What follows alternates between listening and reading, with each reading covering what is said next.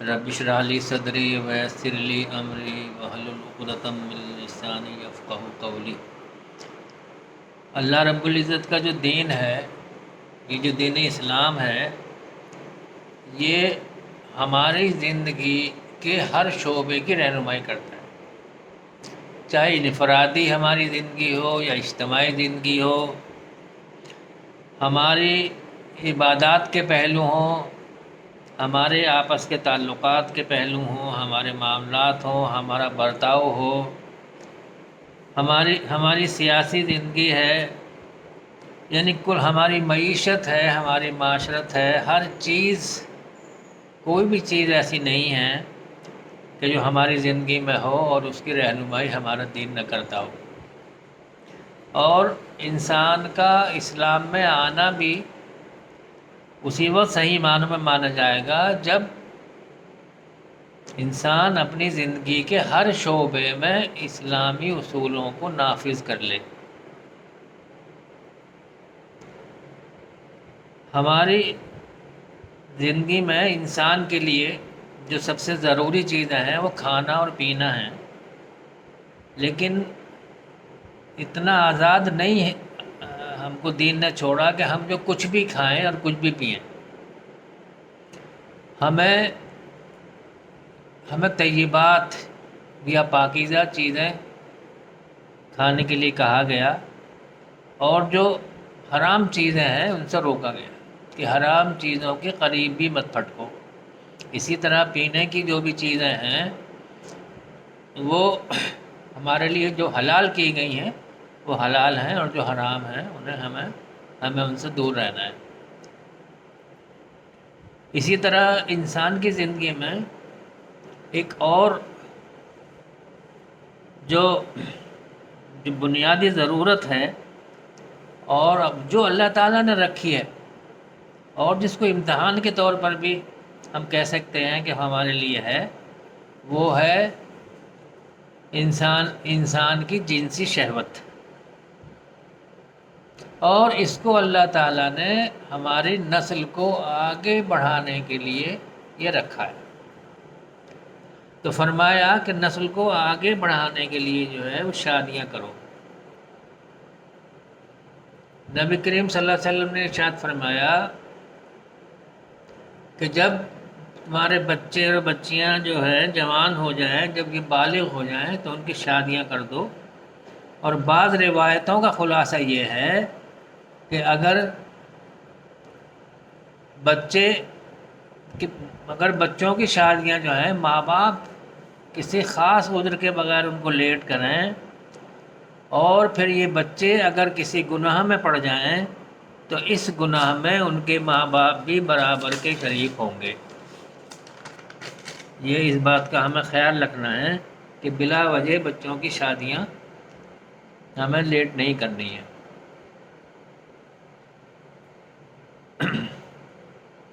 نبی کریم صلی اللہ علیہ وسلم نے فرمایا کہ نکاح میری سنت ہے، اور جو میری سنت پر عمل کرے گا وہ مجھ میں سے ہے، اور جو میری سنت پر عمل نہیں کرے گا وہ مجھ میں سے نہیں ہے۔ اور یہ فرمایا کہ تم شادی جو ہے سنت کے مطابق ہی کرو، اور جو شادی نہیں کرتے ان کو شیطان اپنے درگاہ میں لے لیتا ہے۔ ایک صحابی تھے، ان کو آپ صلی اللہ علیہ وسلم نے ان سے معلوم کیا کہ تمہاری شادی ہو گئی کیا؟ انہوں نے کہا نہیں، میری ابھی شادی نہیں ہوئی۔ تو آپ صلی اللہ علیہ وسلم نے کہا کہ شادی کرو اور شیطان کے بھائی مت بنو، اور یہ کہ شیطان حرام چیزوں کو خوشنما بنا کر ایسے لوگوں کے سامنے پیش کرتا ہے۔ شادی کے بہت سے فائدے ہیں کہ انسان اپنی پھر جو ہے نظریں نیچے رکھتا ہے، اس کو تسکین ہوتی ہے، اور جو خاص ہے وہ یہی ہے جس کا ذکر ابھی ہوا کہ انسان کی نسل آگے چلتی ہے اس کی بدولت۔ اور پھر وہ ہماری اولاد جو ہے صدقہ جاریہ بنتی ہے ہمارے لیے، جو آخرت میں بھی کام آتی ہے۔ ہمارے گھروں کے جو ماحول ہیں آج کے دور میں وہ اس قدر پیچیدہ ہوتے جا رہے ہیں کہ بے سکونی بڑھ رہی ہے، اور ہر گھر میں لوگ جو ہے ذہنی تناؤ میں مبتلا ہیں، اور کچھ گھر کا ماحول ایسا ہو گیا ہے کہ وہ کشیدہ رہتا ہے۔ تو اس کے لیے ہمیں یہ کرنا ہے کہ اپنے گھر کو ماحول ہمارا ٹھیک ہو جائے۔ ہمیں اب جو شادیاں کرنی ہیں وہ اس طرح سے کرنی ہیں کہ ہمیں اللہ کے قانون کو اور نبی کے طریقے کو سختی سے پکڑنا ہے۔ جس طرح ہمیں حکم دیا گیا اس سلسلے میں، ہمیں جب اس پہ اٹل ہو جائیں تو ہمارے گھر کے ماحول پھر انشاءاللہ بدلیں گے۔ جب ہم لڑکی کے لیے کوئی لڑکا کوئی ڈھونڈتے ہیں تو ہمیں یہ دیکھنا ہے کہ وہ دیندار ہے، اس میں شرافت ہے، اس میں اخلاق ہیں، اس میں تقویٰ ہے، اور یہ ساری اگر چیزیں اس میں ہیں تو پھر ہم اس کے ساتھ اپنی بیٹی کی شادی کر دیں۔ ایک مشہور تابعی ہیں سعید ابن مسیب، ان کے بیٹے کو اس وقت کے خلیفہ وقت جو تھے عبد الملک، ان کے بیٹے کا رشتہ آیا۔ تو سعید نے کہا کہ میں ایسے لڑکے سے اپنی بیٹی کی شادی نہیں کر سکتا جس کا باپ جو ہے وہ ظالم ہو، اور جس کی روزی بھی صحیح نہ ہو، اور جس گھر میں تقویٰ نہ ہو، اور وہ ظلم کر کے اور لوگوں پہ زبردستی کر کے ان پہ حکومت کرتا ہو۔ ایسے لڑکے سے میں اپنی بیٹی کی شادی نہیں کر سکتا۔ خلیفہ نے ان کو گرفتار کرا لیا اور ان کو جیل میں ڈلوا دیا، اور ان کے کوڑے مارے گئے، اور طرح طرح سے ان کو اذیتیں دی گئیں، ظلم کیا گیا، لیکن وہ اپنے فیصلے سے ادھر ادھر نہیں ہوئے، بالکل اٹل رہے۔ جب ان کو چھوڑ دیا گیا تو بہت ہی ان کی طبیعت جو ہے اس طرح کی ہو گئی کہ وہ اپنے گھر سے مسجد اور مسجد سے گھر۔ تو ان کی مجلس میں ایک ان کا شاگرد تھا جو 2-3 دن سے نہیں آ رہے تھے۔ جب وہ آئے تو انہوں نے معلوم کیا کہ تم 3 دن سے کہاں تھے؟ انہوں نے کہا کہ میری بیوی کا انتقال ہو گیا تھا، انہیں ان کے دفن میں اور یہ سب میں جو مشغول رہا اور نہیں آ سکا۔ انہوں نے کہا کیا تم اب دوبارہ شادی کرو گے؟ تو انہوں نے کہا کہ کون اپنی بیٹی کی شادی مجھ سے کرے گا کہ صرف جو ہے 3 میرے پاس وہ درہم ہیں، تو اس غربت کے حالات میں کون اپنی بیٹی کی شادی مجھ سے کرے گا؟ انہوں نے کہا کہ 1 درہم تم اپنے پاس رکھو، اور 2 درہم کی مہر پر میں اپنی بیٹی کا نکاح تمہارے ساتھ کرتا ہوں۔ انہوں نے 2 درہم پر اپنی بیٹی کا نکاح ان کے ساتھ کر دیا، اور مغرب کے بعد وہ ان کے دروازے پہ پہنچے تو وہ دیکھ کر چونک گئے، جو ان کے شاگرد تھے، کہ استاد آئے ہیں۔ تو انہوں نے کہا آپ؟ ہاں یہ تمہاری اہلیہ بھی ہیں ساتھ میں، اور وہ ان کو اس گھر میں داخل ان کو کرایا، اور وہ دروازہ بند کر کے پھر آ گئے۔ تو یہ تھا وہ نکاح کہ خلیفہ کے بیٹے سے نکاح نہیں کیا انہیں، چونکہ وہاں دین نہیں تھا، کیونکہ دین کا وہ لیول نہیں تھا جو ہونا چاہیے۔ یہ شاگرد جو تھا بہت اعلیٰ معیار اس کا دین میں تھا، تو انہوں نے یہ دیکھ کے اپنی بیٹی کا نکاح، حالانکہ غربت بے انتہا تھی، وہ وہاں کر دیا۔ تو اس طرح ہوتی تھی ہمارے بزرگوں کی شادیاں، اور اس طرح سے ہوتے تھے کہ وہ پرانے کپڑوں میں بھی شادیاں کر دیتے تھے۔ اور جب ہم لڑکی کی تلاش کرتے ہیں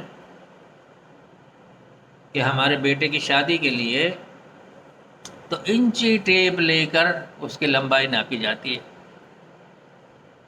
اس کی رنگت ناپی جاتی ہے،